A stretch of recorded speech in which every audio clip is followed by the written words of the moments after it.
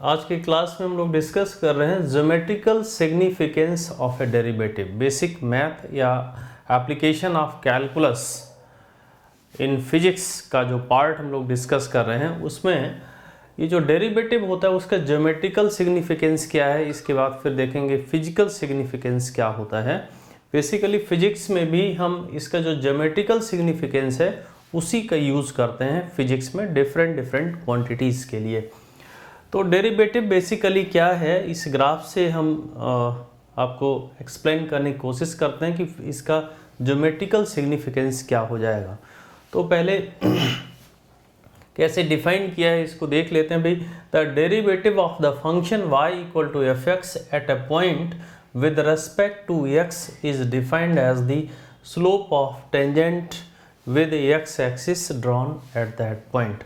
ये जो डेफिनीशन है वो सिंपली क्या कहती है, ये डेफिनीशन कहती है कि अगर y और x का कोई भी इस तरह का ग्राफ है और किसी p पॉइंट पे हम डेरिवेटिव की बात करते हैं तो डेरिवेटिव बेसिकली क्या होगा, इस पॉइंट पे आप एक टेंजेंट इस तरह से ड्रॉ करिए और ये एंगल आया मान लो थीटा, तो जो dy अपॉन dx यहाँ पे मिलेगा, this will be equal to tan of theta. इतना है भाई।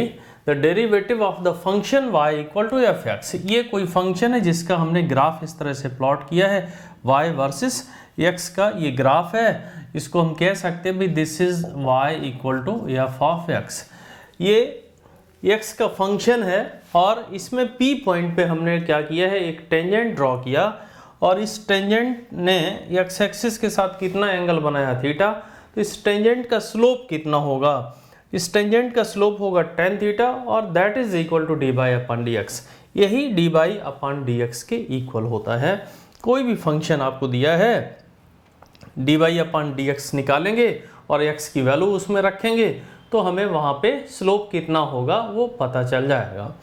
अब आता है कि ये ऐसा हुआ कैसे, है ना, ये किस तरह से हुआ। तो थोड़ा सा आइडिया आपको डिटेल में देने के लिए, हालांकि मैथ में डिटेल में आप लोग पढ़ते हैं लेकिन थोड़ा सा आइडिया डिटेल में देने के लिए हम इस फिगर पे कंसंट्रेट करेंगे। तो ये फिगर क्या कहती है देखते हैं। ये भी एक y और x का ग्राफ है, y equal to f x आप यहाँ पे इसको कंसिडर कर सकते हो और एक p पॉइंट हम यहाँ पे कंसिडर कर रहे हैं। अब देखिए इसको कोरिलेट करने की कोशिश करते हैं। P से पहले एक पॉइंट हम कंसीडर कर रहे हैं, P के बाद में एक पॉइंट कंसीडर कर रहे हैं और इस लाइन को हमने अगर ऐसे, इस लाइन को हमने इस तरह से मिलाया तो बेसिकली ये जो लाइन हमारी इस तरह से आ रही है, ये लाइन x एक्सिस के साथ एंगल कितना बना रही है, ये एंगल यहाँ पे लिखा हुआ है फाई और ये एंगल लिखा हुआ है थीटा। तो जो हमने P से दो पॉइंट कंसीडर किए, इससे थोड़ा सा पहले, इससे थोड़ा सा बाद में पॉइंट हमने कंसीडर किया और दोनों पॉइंट्स को इस तरह से एक लाइन से मिला दिया। तो ऐसी सिचुएशन में ये लाइन यहाँ से फाई एंगल बना रही है। तो tan फाई को कैसे लिखेंगे, देखिए ये एक ट्रायंगल बना, देखिए ये एक ट्रायंगल बना और tan फाई को हम यहाँ पे कैसे लिखेंगे, tan phi will be equal to this side upon this side. ये साइड कितना होगा, डेल्टा वाई, और ये साइड कितना होगा, डेल्टा एक्स। तो tan phi is equal to delta y upon delta x. अब देखो अगर ये डेल्टा एक्स बहुत छोटा हो जाए, हम P पॉइंट से बहुत ज़्यादा दूर ना जाके इधर और उधर बहुत नज़दीक ही अगर कंसीडर करते हैं तो यहाँ पे कंडीशन हमने लगाई, limit delta x tends to 0। अगर ये डेल्टा एक्स बहुत छोटा हो जाए तो delta y upon delta x हमारा क्या हो जाएगा, d y upon d x के इक्वल हो जाएगा and this will be equal to tan theta. देखिए P पॉइंट पे एक टेंजेंट सिंपली हम ड्रॉ करेंगे और ये टेंजेंट x एक्सिस से एंगल कितना बना रही है, थीटा एंगल बना रही है। तो d y upon d x यहाँ पे वही tan थीटा की इक्वल हो जाएगा। तो यहाँ से आपको ये एक आइडिया लगा कि अगर डेल्टा एक्स टेंस टू 0 हो जाए तो जो फाई एंगल है वो थीटा की तरफ टेंड्स कर रहा होगा और tan थीटा ही फिर कहलाएगा भाई, tan थीटा कहलाएगा slope of the tangent drawn at the point P और यही फिजिकल सिग्निफिकेंस है डेरिवेटिव का। Theta is the angle made by the tangent at point P। Theta ये जो P पॉइंट पे टेंजेंट हमने ड्रॉ किया है वो x एक्सिस के साथ एंगल बनाता है थीटा और d by upon d x is equal to tan theta और इसी को लिख सकते हैं tan theta is equal to d by upon d x और यही कहलाता भी स्लोप एट पॉइंट P। तो यही है इसका ज्योमेट्रिकल सिग्निफिकेंस। अगर वाई एक्स का ग्राफ है, d by upon d x basically slope को रिप्रेजेंट करता है उस पर्टिकुलर पॉइंट पे, और इसी को हम फिजिक्स में यूटिलाइज करते हैं। कुछ कॉन्सेप्ट अभी डिस्कस करेंगे, वहाँ से आपको क्लियर होगा कि ये जो ज्योमेट्रिकल सिग्निफिकेंस है डेरिवेटिव का, उसको हम फिजिक्स में किस तरह से यूज़ करते हैं।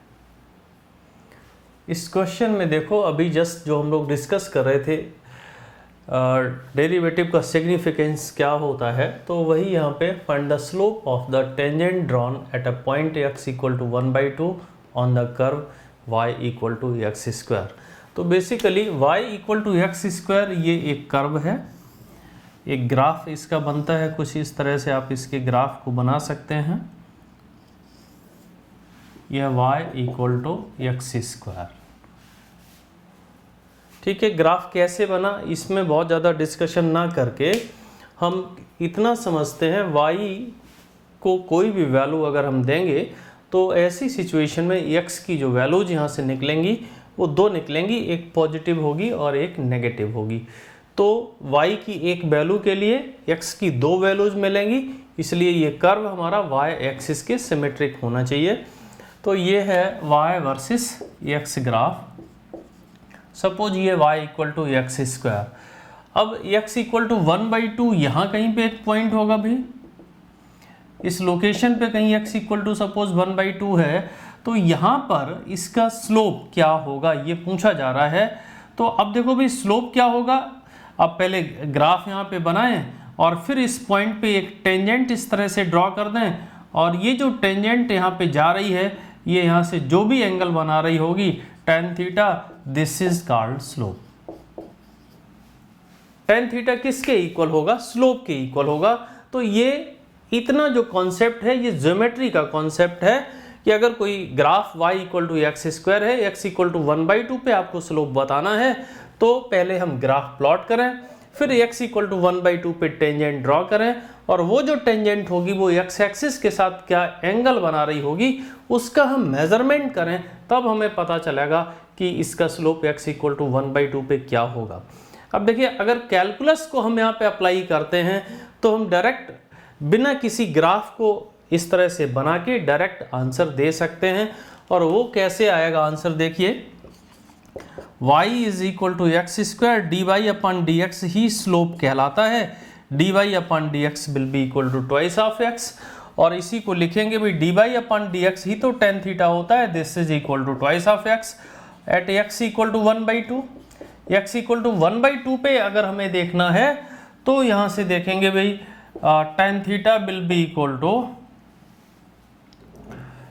2 इंटू 1/2, 2 से 2 कट गया, tan थीटा का वैल्यू यहाँ से कितना आएगा 1, थीटा का वैल्यू कितना आ जाएगा यहाँ से 45 डिग्री, थीटा का वैल्यू हमारे पास आ गया 45 डिग्री।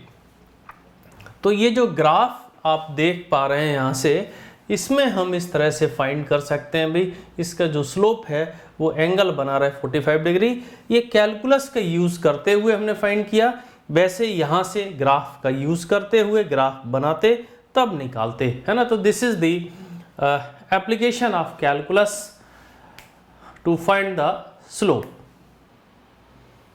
देखते हैं यहाँ पे physical significance of the derivative.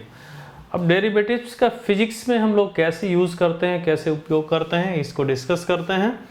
तो if yes is the displacement of the particle, अगर किसी पार्टिकल के डिस्प्लेसमेंट को हम ऐसे रिप्रेजेंट करते हैं, then ds by dt is the velocity of the particle at that instant. तो ds by dt उस पार्टिकल की वेलोसिटी को रिप्रेजेंट करता है। इसको आप ग्राफिकली भी देख सकते हो। सपोज ये s वर्सेस t ग्राफ कुछ ऐसे अगर दिया जा रहा है, तो ये जो लाइन आप देख रहे हैं इसका स्लोप जो भी होगा, ये एंगल थीटा, तो हम यहाँ पे लिखेंगे tan theta is equal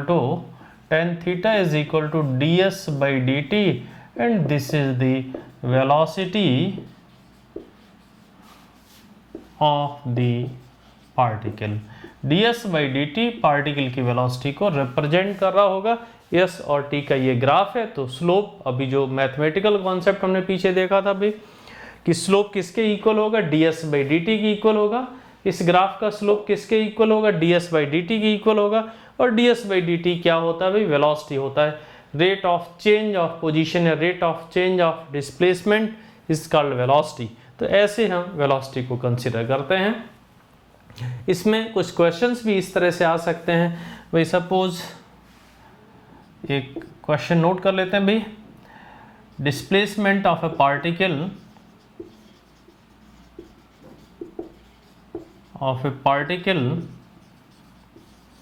is given as s equal to t square plus 2t plus 2.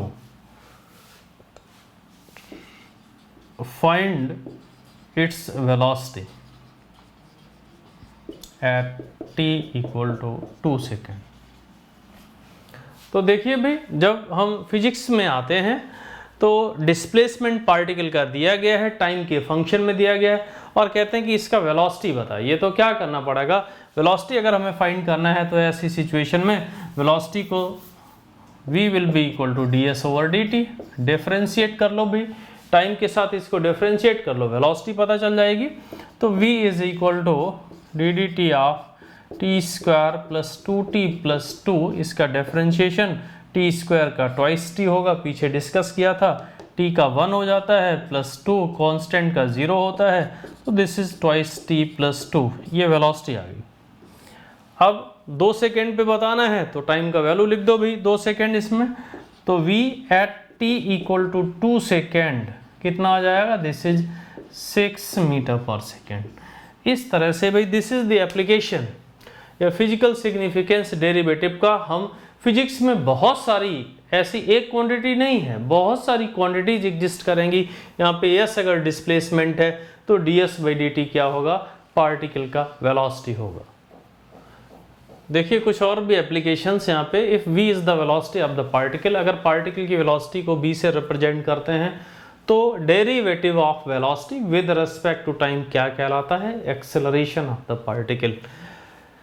W is the work done as a function of time अगर दिया गया है या किसी और के भी फंक्शन में है तब भी W अगर वर्क डन है तो पावर को कैसे कंसीडर करेंगे भाई, ये P will be equal to dW by dt, instantaneous power हम इसको कह सकते हैं, पावर एट एनी इंस्टेंट। तो वर्क को हम टाइम के साथ डिफरेंशिएट कर लेंगे, पावर आ जाएगा। ठीक इसी तरह से Q is the charge flowing through a cross section of the wire, किसी वायर के क्रॉस सेक्शन से अगर Q चार्ज किसी समय पे फ्लो कर रहा है तो जो इलेक्ट्रिक करंट है I will be equal to dq by dt, ये कहलाएगा rate of flow of charge with respect to time, जिसको हम इलेक्ट्रिक करंट कहते हैं। तो ऐसे बहुत सारे एग्जांपल्स हमको फिजिक्स में मिलेंगे जहाँ पे डेरिवेटिव्स का यूज हम लोग कर रहे होंगे। इसलिए डेरिवेटिव को कैसे निकाला जाता है, जो बेसिक फार्मूले जो हमने पीछे बताए हैं, सिंपल फार्मूले, केवल 2-3 फार्मूले, बहुत ज़्यादा डिटेल में नहीं, बहुत ज़्यादा डिटेल में तो हम मैथ में पढ़ रहे होंगे, इसलिए बहुत सिंपल से फॉर्मूले जिनको आपको ध्यान रखना है। और धीरे धीरे फिजिक्स में जैसे जैसे आपको इनका एप्लीकेशन मिलता चला जाएगा आप सीखते चले जाएंगे। आपको इतना आइडिया यहाँ से हो गया कि डिफरेंशिएशन बेसिकली होता क्या है। देखते हैं maximum and minimum value of a function या concept of maxima and minima. तो ये भी एक कॉन्सेप्ट है जो नेचर में भी हमको मिलता है, और नेचर में हमें इस तरह के कॉन्सेप्ट्स, इस तरह के फिनोमेना, इस तरह के ऑब्जर्वेशंस हमारे सामने आए, इसीलिए फिर कैलकुलस में मैक्सिमा और मिनिमा का कॉन्सेप्ट देखा गया कि भाई how we can decide that the value of the function will be maxima और मिनिमा। ये कैसे डिसाइड करेंगे, इसका इंफॉर्मेशन हमको भाई जब हमको ज़रूरत पड़ा, नेचर में ऐसी घटनाएं हुई, घटनाएं होने के बाद फिर ये मैथमेटिकली इसको खोजा गया कि कैसे डिसाइड कर सकते हैं कब मैक्सिमा होगा, कब मिनिमा होगा। तो बेसिकली अगर नेचर में हम एक एग्जांपल यहाँ पे कंसीडर करें, जैसे अगर हम टेम्परेचर को रिकॉर्ड करते हैं, गर्मी पड़ रही है उसमें टेम्परेचर को रिकॉर्ड करते हैं, तो ऐसे मौसम विभाग आपको सूचना देता है कि ये सबसे गर्म दिन रहा अभी तक का, या इतने वर्षों का सबसे गर्म दिन रहा, इसका मतलब मैक्सिमा वहाँ पे बना। टेम्परेचर का अगर ग्राफ प्लॉट किया जाए तो वहाँ पे मैक्सिमा बना होगा। इसी तरह से सर्दियों में ये बताया जाता है कि सबसे ठंडा दिन रहा, इसका मतलब टेम्परेचर और टाइम का ग्राफ अगर कुछ ऐसे प्लॉट किया जाए तो वहाँ पे मिनिमा बना होगा। तो मैक्सिमा और मिनिमा ये नेचर में ही इस तरह की फिनोमेना देखे गए, तो उनको मैथमेटिकली कैसे वेरीफाई किया जाए, मैथमेटिकली हम कैसे उसको देखें, इसको फिलहाल अभी हम यहाँ पे डिस्कस कर रहे हैं कि क्या होता है मैक्सिमा और मिनिमा का कॉन्सेप्ट। अब देखते हैं मैथमेटिकली कैसे देखेंगे। तो ये ग्राफ हमने एक यहाँ पे प्लॉट किया हुआ है, इधर y है और इधर x है। तो y वर्सेस x ग्राफ को देखते हैं।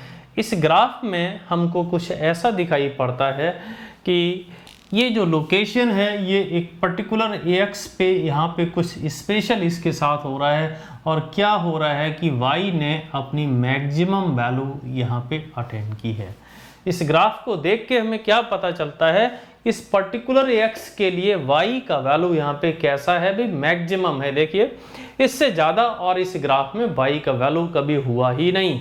ठीक इसी तरह से हम इस लोकेशन को अगर हम आइडेंटिफाई करते हैं तो यहाँ से हमको ये पता चलता है कि इस पर्टिकुलर लोकेशन पे क्या हुआ होगा। इस पर्टिकुलर लोकेशन पे क्या हुआ, यहाँ पे मिनिमा बना। क्या बना भाई, यहाँ पे मिनिमा। इससे कम y का वैल्यू इस पूरे ग्राफ में कहीं पे एग्जिस्ट ही नहीं करता। तो इन दोनों वैल्यूज को देख के मैथमेटिकली हम इस तरह से कंक्लूड कर सकते हैं कि y और x का ग्राफ है। यहाँ पे अगर हमने टेंजेंट ड्रॉ किया तो इस पॉइंट पे अगर हमने टेंजेंट ड्रॉ किया तो ये स्लोप को रिप्रेजेंट करता है। इस जगह पर स्लोप कितना है, 0। इसको हम a पॉइंट कंसीडर कर सकते हैं, इसको हम b पॉइंट कंसीडर कर सकते हैं। At point a slope of the graph is 0, at point b slope of the graph is 0। तो हम यहाँ पे कंक्लूड कर सकते हैं फॉर मैक्सिमा और मिनिमा, फॉर मैक्सिमा और minima dy upon dx is equal to 0। एक बात ध्यान रख सकते हो कि ये जो ग्राफ है, मान लेते हैं कि एक फंक्शन है y equal to f x, y equal to f x एक फंक्शन है, इसको y equal to f x एक फंक्शन है, उसके ग्राफ को हमने यहाँ पे प्लॉट किया हुआ है y equal to f x को। और ये कंडीशन आपको भाई सभी को समझ आ रही होगी, फॉर मैक्सिमा और minima dy upon dx is equal to 0। समझिए कैसे भाई, इस पॉइंट पर अगर हम कंसीडर करें, a पे कंसीडर करें, तो इस ग्राफ का स्लोप कितना है, 0। और पीछे जस्ट डिस्कस किया स्लोप किसको रिप्रेजेंट करता है, dy अपॉन dx। अगर y और x का ग्राफ है तो dy अपॉन dx स्लोप को रिप्रेजेंट करता है। This is equal to 0। दोनों के लिए ये कंडीशन है, चाहे मैक्सिमा को देखें या मिनिमा को कंसीडर करें, दोनों के लिए कंडीशन हमको एक ही मिलती है, dy upon dx is equal to 0। अब अगर किसी फंक्शन के लिए हमें ये देखना है, ये चेक करना है कि किस x की वैल्यू पे वो मैक्सिमा होगा, किस x की वैल्यू पे वो मिनिमा होगा, ये यहाँ से इस कंडीशन से ये डिसाइड नहीं हो पाएगा। हम ये देख सकते हैं कोई भी फंक्शन दिया गया है, dy अपॉन dx निकालेंगे, इक्वल टू 0 कर देंगे, तो उससे हमें ये तो पता चल जाएगा कि वो पॉइंट कौन से होंगे जहाँ पे कुछ स्पेशल हो रहा है, कुछ स्पेशल घटना हो रही है, और वो क्या है भाई, मैक्सिमा हुआ और मिनिमा हुआ। तो मैक्सिमा और मिनिमा के लोकेशन आइडेंटिफाई आप कर सकते हैं कहाँ से, dy upon dx equal to 0। लेकिन हमें ये नहीं पता चलेगा कि किस x की वैल्यू के लिए मैक्सिमा होगा, किस x की वैल्यू के लिए मिनिमा होगा। तो ये डिसाइड करने के लिए अब हमें क्या करना पड़ता है, फॉर मैक्सिमा के लिए क्या कंडीशन बनती है, जो हमने इसका फर्स्ट डेरिवेटिव लिया, एक बार और इसको हम डिफरेंशिएट करते भाई, d2 बाय अपॉन dx2, इसको ऐसे लिखेंगे ddx of dy upon dx। जो इसका स्लोप है, ग्राफ का जो स्लोप है, उसका एक और डेरिवेटिव यहाँ पे कंसीडर करते हैं, ये है second derivative of y with respect to x, d2 by upon dx2 is equal to this much. और अगर इसका वैल्यू नेगेटिव है या d2y अपॉन dx2 अगर लेस देन 0 है, तो ऐसी सिचुएशन में at that x the function will B maximum. अब देखो कैसे डिसाइड किया है ना, यहीं पे समझना आपको। फॉर मैक्सिमा हमने लिखा d2/dx2 का वैल्यू अगर नेगेटिव आता है किसी x के लिए, तो ऐसी सिचुएशन में उस x के लिए ये जो फंक्शन हमारा है वो मैक्सिमा को रिप्रेजेंट कर रहा होगा। अब ये हुआ कैसे, देखिए भाई, अगर हम इस ग्राफ को यहाँ पे देखें भाई, ये जो पॉइंट मैक्सिमा का पॉइंट बना, इससे ठीक पहले अगर हम यहाँ से कंसीडर करें तो जब इधर से इधर जा रहे हैं तो ये जो भी कर्व है इसका जो स्लोप है, स्लोप के बारे में आप क्या कह सकते हो यहाँ पे बताइए। भाई यहाँ पे हम कहेंगे स्लोप इज डिक्रीजिंग। क्या कहेंगे यहाँ पे, स्लोप इज डिक्रीजिंग। dy/dx का वैल्यू अगर हम यहाँ से यहाँ के लिए देखें तो वो कम हो रहा है। अगर dy/dx का वैल्यू कम हो रहा है, इसका मतलब d2/dx2 का वैल्यू कैसा होगा, नेगेटिव होगा। और d2/dx2 का वैल्यू किसी x के लिए जहां पे नेगेटिव है, इसका मतलब उस जगह पे क्या बन रहा होगा भाई, उस जगह पे मैक्सिमा बन रहा होगा। तो दिस इज द कंडीशन, ये कंडीशन है जिससे हम आइडेंटिफाई करेंगे। यहां से इस कंडीशन से तो हमें x की वैल्यूज मिलेंगी, फिर d2/dx2 हम निकालेंगे, और किसी पर्टिकुलर x के लिए अगर d2/dx2 का वैल्यू लेस देन 0 आ जाता है तो हम कह देंगे कि उस x के लिए फंक्शन मैक्सिमा को रिप्रेजेंट करेगा। और इसका रीजन भी हमने आपको एक्सप्लेन किया यहाँ पे। ये ग्राफ, इस ग्राफ को जरा देखिए, जब हम इस लोकेशन से इधर की तरफ जा रहे हैं तो स्लोप यहाँ पे ज्यादा है, फिर धीरे धीरे कम हो रहा है। स्लोप इज डिक्रीजिंग, स्लोप यहाँ पे कम हो रहा है। इसका मतलब है dy/dx का वैल्यू अगर हम देखें तो वो पॉजिटिव से 0 की तरफ शिफ्ट हो रहा है। इसका मतलब ये जो पॉइंट है वो मैक्सिमा को रिप्रेजेंट कर रहा होगा। ठीक इसी तरह से हम मिनिमा के लिए भी कंसीडर करेंगे। किस तरह से फाइंड करते हैं मिनिमा, उसको भी आप यहाँ पे देख सकते हो। मिनिमा के लिए भी आप ऐसे देख सकते हो, यहाँ पे d2/dx2, इसको लिखेंगे भी ddx ऑफ dy/dx, और इसका वैल्यू कैसा होना चाहिए, this should be greater than 0। d2/dx2 का वैल्यू अगर 0 से बड़ा है तो ऐसी या पॉजिटिव है, और it is positive, then y will be minima at that point। ये मिनिमा की कंडीशन हुई। अब ये कंडीशन बनी कैसे, ये थोड़ा सा हमें देखना पड़ेगा। मिनिमा का कंडीशन हुआ d2/dx2 का वैल्यू अगर ग्रेटर देन 0 है तो वहां पे क्या बन रहा होगा, मिनिमा बन रहा होगा। और मिनिमा यहाँ पे कैसे डिसाइड करेंगे, देख लीजिएगा भाई, ये जो पॉइंट हमारा B है ये मिनिमा का पॉइंट है। और यहाँ पे देखिए क्या हो रहा है, यहाँ पे स्लोप कैसा है, इस ग्राफ का स्लोप देखिए भाई यहाँ कैसा है, नेगेटिव है। तो नेगेटिव स्लोप ज्यादा है यहाँ पे और धीरे धीरे 0 की तरफ जा रहा है। तो नेगेटिव से जब हम 0 की तरफ जा रहे होंगे तो इसका मतलब स्लोप इंक्रीज कर रहा होगा या डिक्रीज कर रहा होगा, इंक्रीज कर रहा होगा। भाई नेगेटिव से 0 की तरफ जा रहे हैं तो यहाँ पे हम कह सकते हैं, यहाँ पे स्लोप कैसा है, नेगेटिव है। देखिए अभी स्लोप यहाँ पे कैसा है, नेगेटिव है। अब नेगेटिव से हम 0 की तरफ जा रहे हैं तो हम क्या कहेंगे यहाँ पे भाई, स्लोप इज इंक्रीजिंग। यहाँ पे क्या बोलेंगे, स्लोप इज इंक्रीजिंग। स्लोप यहाँ पे इंक्रीज कर रहा है तो d2/dx2 का वैल्यू ग्रेटर देन 0 होगा। भाई स्लोप का एक बार और हमने x के साथ रेट डिसाइड किया और वो पॉजिटिव है, इसका मतलब भाई स्लोप यहाँ पे इंक्रीज कर रहा होगा, नेगेटिव से 0 पे जा रहा है स्लोप। तो यहाँ पे हम कह सकते हैं भाई y will B minima at that particular point. तो ये जो भी पॉइंट यहाँ पे निकल के आएगा उस पॉइंट पे y का वैल्यू कैसा होगा, मिनिमा होगा। ये क्वेश्चन है जिसमें हमें find the minimum and maximum value of the function. ये एक फंक्शन यहाँ पे दिखाया गया है y equal to x³ - 3x² + 6, और यहाँ पे आपको डिसाइड करना है कि y का मैक्सिमम वैल्यू कितना होगा और मिनिमम वैल्यू कितना होगा, ये डिसाइड करना है।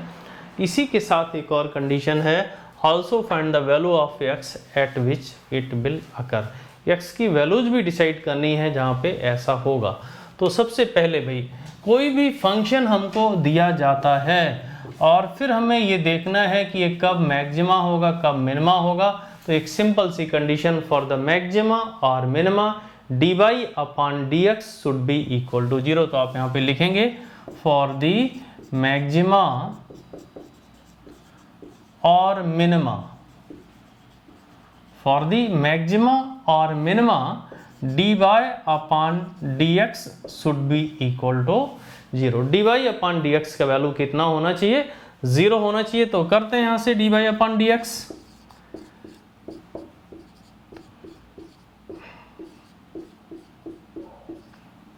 ये आ गया dy upon dx 3x² minus 6x। इसको डिस्कस करने की जरूरत तो है नहीं भाई, एक्स क्यूब का डिफरेंशिएशन करेंगे तो x to the power n का डिफरेंशिएशन क्या होता है? n x to the power n minus 1। तो x क्यूब का डिफरेंशिएशन करेंगे तो 3x to the power 3 minus 1 3x²। Differentiation का जो फॉर्मूला दिया है उससे आप कर सकते हो भाई, x क्यूब का 3x², x² का 2x होता है माइनस 6x प्लस 0। तो dy upon dx should be equal to 0 for maxima और मिनिमा। dy अपॉन dx निकाल लिया, अब 0 कर लेते हैं भी, करते हैं 3x² minus 6x should be equal to 0। x common ले लिया, 3x minus 2 should be equal to 0। यहाँ से हमको दो वैल्यूज मिली, एक तो x इक्वल टू 0 और x इक्वल टू 2। अब देखो दो वैल्यूज आ गई यहाँ पे, तो x equal to 0 x equal to 2 पे मैक्सिमा मिनिमा हो रहा होगा, लेकिन किस पॉइंट पे मैक्सिमा होगा किस पे मिनिमा होगा ये अभी फिलहाल डिसाइड नहीं किया जा सकता। ये डिसाइड करने के लिए हमको क्या करना पड़ेगा, फिर से हमें यहाँ पे लिखना पड़ेगा d2 by upon dx2। dy upon dx जो निकाला है इसका सेकेंड डेरिवेटिव, एक बार इसको और डिफरेंशिएट करिए, एक बार और डिफरेंशिएट करेंगे तो x² का डिफरेंशिएशन ये आ जाएगा D D x of 3x² minus 6x। इसको डिफरेंशिएट करो तो this is 6x minus 6। d2y upon dx2 कितना होगा? 6x minus 6। d2y upon dx2 का वैल्यू आ गया यहाँ से 6x माइनस 6। अब यहाँ से x का वैल्यू अगर हम यहाँ पे 0 लिखते हैं तो d2 अपॉन dx2 का वैल्यू कितना आता है जरा देखिए भाई, दिस इज माइनस 6। इसका मतलब d2 upon dx2 is less than 0 for x equal to 0। x equal to 0 पे d2 अपॉन dx2 का वैल्यू लेस देन 0 है, 0 से कम है, इसका मतलब x इक्वल टू 0 पे मैक्सिमा बन रहा होगा। At x equal to 0 it is maxim. x equal to 0 पे मैक्सिमा यहाँ से पता चल गया, x इक्वल टू 0 पे मैक्सिमा होगा। क्यों? d2 अपॉन dx2 आपने निकाला और ये नेगेटिव है इस पर्टिकुलर x के लिए, इसलिए इसलिए y का वैल्यू x इक्वल टू 0 पे कैसा होगा? मैक्सिमम होगा। अब कितना होगा वो भी डिसाइड कर लेंगे। देखिए y at x equal to 0, तो y का वैल्यू भाई यहाँ पे 0 0 this is equal to 6। y का वैल्यू यहाँ से पता चला भाई कितना है? 6 है। अब इसके बाद देखते हैं भाई for minima, for x equal to 2, for x equal to, अब x का वैल्यू 2 इसमें लिखते हैं तो d2 upon dx2 is equal to 6x minus 6। अब एट x इक्वल टू 2 यहाँ पे लिखो, x का वैल्यू जब यहाँ पे 2 लिखेंगे तो d2 upon dx2 at x equal to 2 कितना आएगा? This is also equal to, ये आ गया हमारा कितना? 6x माइनस 6 और x का वैल्यू आपने यहाँ पे जब 2 लिखा तो ये आ गया 12 माइनस 6। तो ये भी यहाँ पे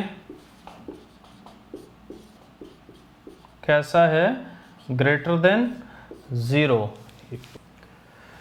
तो x इक्वल टू 2 पे d2/dx2 का वैल्यू 6x माइनस 6 आया, x का वैल्यू 2 हमने यहाँ पे लिखा, तो d2/dx2 का वैल्यू यहाँ पे पॉजिटिव आया, d2/dx2 is greater than 0 at x equal to 2, d2y/dx2 is greater than 0, it means at x equal to 2, y is minimum। तो x इक्वल टू 2 पे जो y का वैल्यू है वो मिनिमम होगा। अगर ये d2/dx2 पॉजिटिव आया तो y का मिनिमम वैल्यू, अब आप यहाँ से डिसाइड कर लो भाई, ये कितना x³ माइनस 3x² प्लस 6, यहाँ पे x का वैल्यू 2 लिखते हैं, y मिनिमम हटा दो, y ये है at x equal to 2, y will be equal to 2 का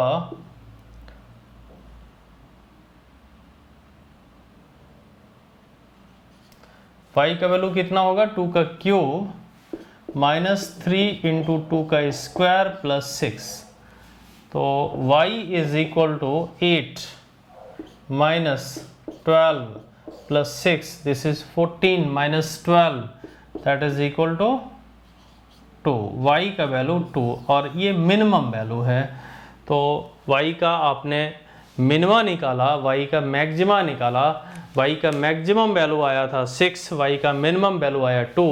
तो ये जो मैथमेटिकल कॉन्सेप्ट आपको दिया गया है मैक्सिमा और मिनिमा का, इसकी ज़रूरत कभी कभी हमको फिजिक्स में भी पड़ती है, तो आपको टेंशन नहीं लेना है, यहाँ से टेंशन नहीं लेना है। मैथ में आप बहुत डिटेल में पढ़ेंगे, केवल फिजिक्स में अगर एक दो एप्लीकेशंस इस तरह से आपको मिल जाते हैं तो वहाँ के लिए हमें ये कॉन्सेप्ट लगाना है मैक्सिमा और मिनिमा का। आप इसको समझें, अगर नहीं भी समझ आता है तो आपको किसी भी तरह का कोई टेंशन लेने की ज़रूरत नहीं है। जहाँ जहाँ फिजिक्स में एप्लीकेशन आएगा इसी कॉन्सेप्ट को हम रिपीट कर लेंगे और वहाँ से आगे फिर आपको अच्छे से समझ आएगा। इसीलिए आपको मैथमेटिकल जो भी टूल्स बताए जा रहे हैं, जो मैथमेटिकल कॉन्सेप्ट दिए जा रहे हैं, वो एकदम से आपको समझ यहाँ पे नहीं आएंगे, क्योंकि पूरा मैथ इसी पे चल रहा है, पूरा कैलकुलस इसी पे बेस्ड है।